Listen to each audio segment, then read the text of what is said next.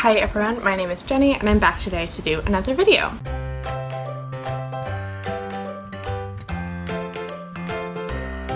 Today I'm going to be doing my September TBR talk. As you saw last month, I have started doing these TBR talks, and while my August one did not really go according to plan, it was helpful in having a list that kind of helped me keep focused during the month in terms of what I needed to be reading and what I might have kind of on my radar coming up after I finish a book. So I thought I would do that again this month. I do have a couple books that I have to read either for book clubs or because they've been sent to me for review, and then I have a few other books that I'm just kind of hoping to read either for readathons or just for fun. I also wanted to mention before I get into the books that I am attempting to do a regular upload schedule during the month of September and potentially moving forward. That will be uploading every Sunday and Thursday. So this video will be going up today, Sunday, August 30th, and my August wrap-up will be going up on the 3rd on Thursday. So get used to hopefully me uploading regularly on Sunday and Thursday, and we're gonna just see how that goes. As I talked about in my last vlog, I've recently started my job, which I do think will allow me to upload regularly with this schedule, but I obviously don't know for sure. So it may still be up in the air, but that is my goal for the month, is to upload regularly on Sunday and Thursday. Also, as I did last month, I'm not going to give a ton of information about each book because I like to go into books not knowing a ton about them. So I'll probably just give kind of a brief, like, one sentence synopsis of what I know about the book in the event that any of these books sound interesting to you. So there are 3 books that I have to read for book clubs, etc. So I'm going to go through those 3 first, and then I'll go over some of the kind of less priority books that I have on my TBR. So the first is one that I have for my book club that I do with 2 of my best friends from college. We meet virtually every other month to discuss our book, and our August-September pick is The Sellout by Paul Beatty. I don't know a ton about this one except that it is a satirical novel about race in America, and I believe, yeah, it won the Man Booker Prize, I think in 2018. Just kidding, it came out in 2015, so it must have won the Booker Prize in 2016. And this one I am excited about. I have heard positive things about this one, but I really know nothing about it except that it's a satirical look at race in America. So excited about this, and we are meeting during the week of the 7th, so I should get on this one. The next one that I need to read for my African Women Writers Reading Project is my September pick, which is She Would Be King by Wherein I. This is a historical fiction / magical realism novel that discusses the foundation of Liberia. This one should be super fascinating. I am very interested in that history and super excited to be doing a review of this one on my channel at some point during the middle of the month. Then the final book that I have to read by the end of this month is A Single Thread by Tracy Chevalier, which is the last book I have to read for the fiction group of the 2020 Booktube Prize final round. So this is a historical fiction novel set in the interwar years in England, and it follows a woman who I believe is a seamstress or embroiderer or something. I'm not really sure. People seem to enjoy this one.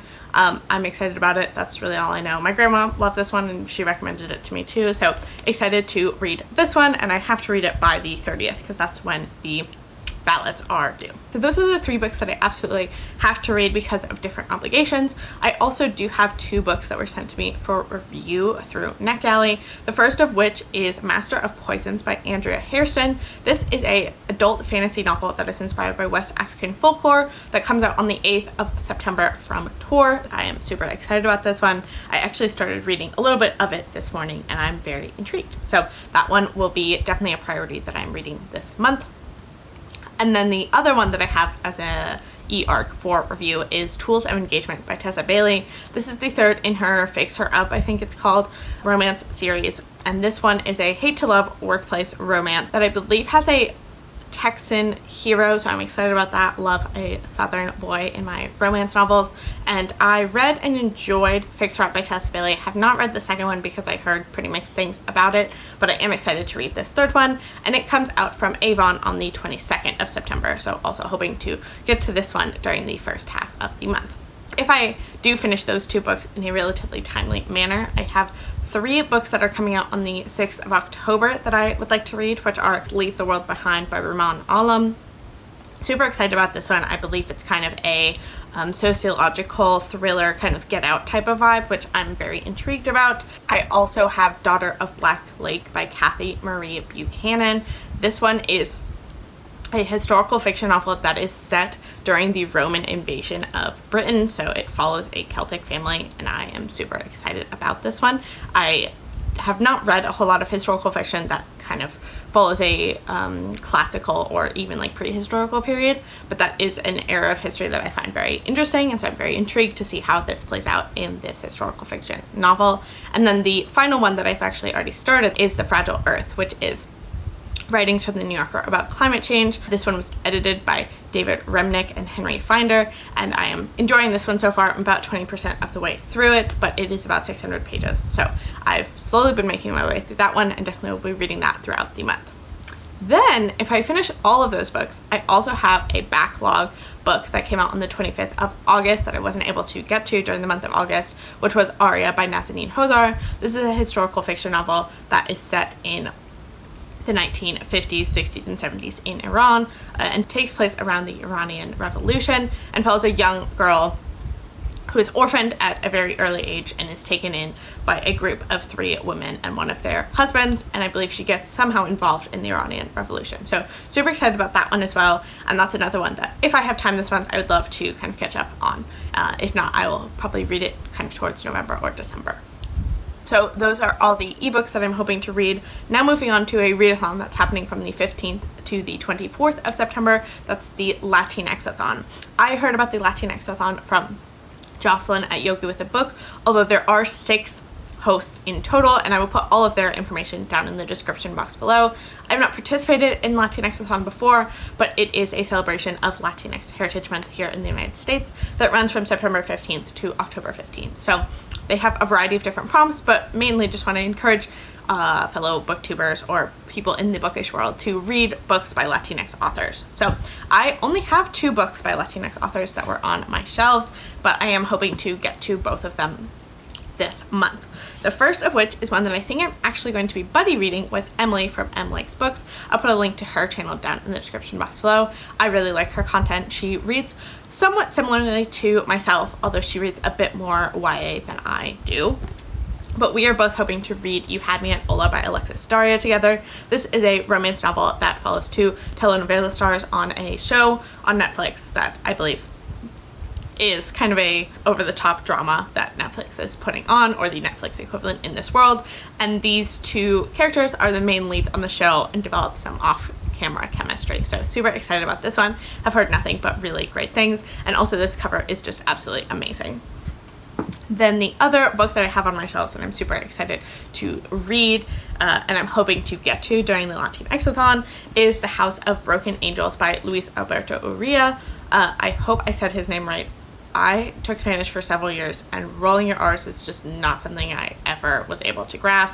But this is a family saga that follows a Mexican-American family, and I believe I saw this cycling kind of making the rounds around the time American Dirt came out as a kind of recommendation for a book that is a more authentic own voices take on the border crossing of Mexican Americans into the United States. So super excited about this one. Editing Jenny here, coming in from outside because there are other people in my living room and I didn't want to disturb them.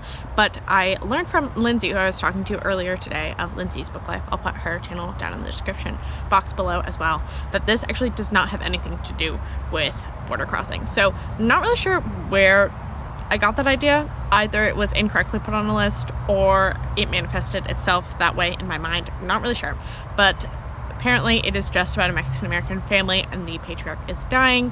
However, the author does have a nonfiction book that is about people crossing the border into Arizona. And I believe it's about 30 men who are crossing and only 12 of them actually survived the crossing. So it's a like narrative journalism nonfiction book that Lindsay highly recommended that was called The Devil's Highway, which I had not heard of before Lindsay recommended it to me in correcting my understandings of what House of Broken Angels is about. But I just wanted to point that out, that I do not want to spread false information. This book is not actually about border crossings, but it is about a Mexican-American family living, I believe, in Southern California. So. Oh, and Urrea is a Mexican-American man. I believe he currently lives in Los Angeles. He was born in Tijuana to a Mexican father and American mother, and he lives in Chicago now. So, super excited about this one. And Alexis Daria is Puerto Rican, but she was born in the United States.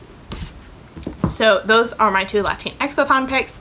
And then just to top it all off, I have several other books that I'm just hoping to get to if I have the time. Obviously, I have a lot of other books kind of on my top priority list, so I will likely not get to all of these or potentially even any of them, but they are ones that are kind of on my radar that I'm excited about. So the first of the books that I am super excited to get to this month is one that I actually don't have as a physical copy yet because it has not come out. It comes out on the 1st of September and is definitely my most highly anticipated release of the year, which is Transcendent Kingdom by Julija. My copy, I pre-ordered it, so my copy should be coming very soon, and as soon as I get my hands on it and I don't have any immediate reading obligations, I will be getting to this one. And I believe Lindsay from Lindsay's Book Life and I are buddy reading this together. Editing Jenny again outside. I also wanted to mention that I was talking to Lindsay about our buddy read, and we have both decided that we are actually going to be doing it in October or November, so I'm very likely not going to be reading this book this month. I might not be able to help for myself, in which case I will read it this month, but since I have so many other books that are happening, as you will see in the rest of this video, that I'm interested in, I think I will probably wait on this one until October or November. So I wanted to also update on that while I'm very excited about this one, I likely will not be reading it this month. But this is a contemporary literary fiction novel that follows a young woman who is getting a PhD in neuroscience at Stanford. I believe she's kind of struggling with a lot of familial issues, particularly related to her brother, who was a football star in high school, but due to an injury was no longer able to play football and instead actually was led, due to his recovery period, into an opioid addiction. So I'm super excited about this one. It's another very short novel. Homegoing, which was Julija debut, was only about 300 pages. I believe this one's only like close to 300, 290. So I'm super excited about this one. Can't wait to get my hands on it, and will definitely be reading it at some point this month. The next book is a poetry collection that is the shortest book on my shelves, and I just, as part of my goal to reduce my TBR, feel like I should just read it to get it off my TBR, which is Gary Snyder's Danger on Peaks. I've read Gary Snyder in a class that I took in college that was about the Beat generation and their connections with Buddhism, and I really enjoyed Gary Snyder. He was my favorite of the Beatnik generation, although he is probably one of the lesser known, but he writes very interesting poems about nature and the environment. He was quite a big environmental activist in the 1970s, and I just really enjoyed his poems. This is a more recent collection. It was published post 2000. It was published in 2004, so excited to get to this one. The next book is one that was on my 5-star prediction list, and one that I'm pretty sure I will be listening to the audiobook of once I finish my current audiobook, which I'll be talking about more in the currently reading section of my August wrap-up that's coming out on Thursday.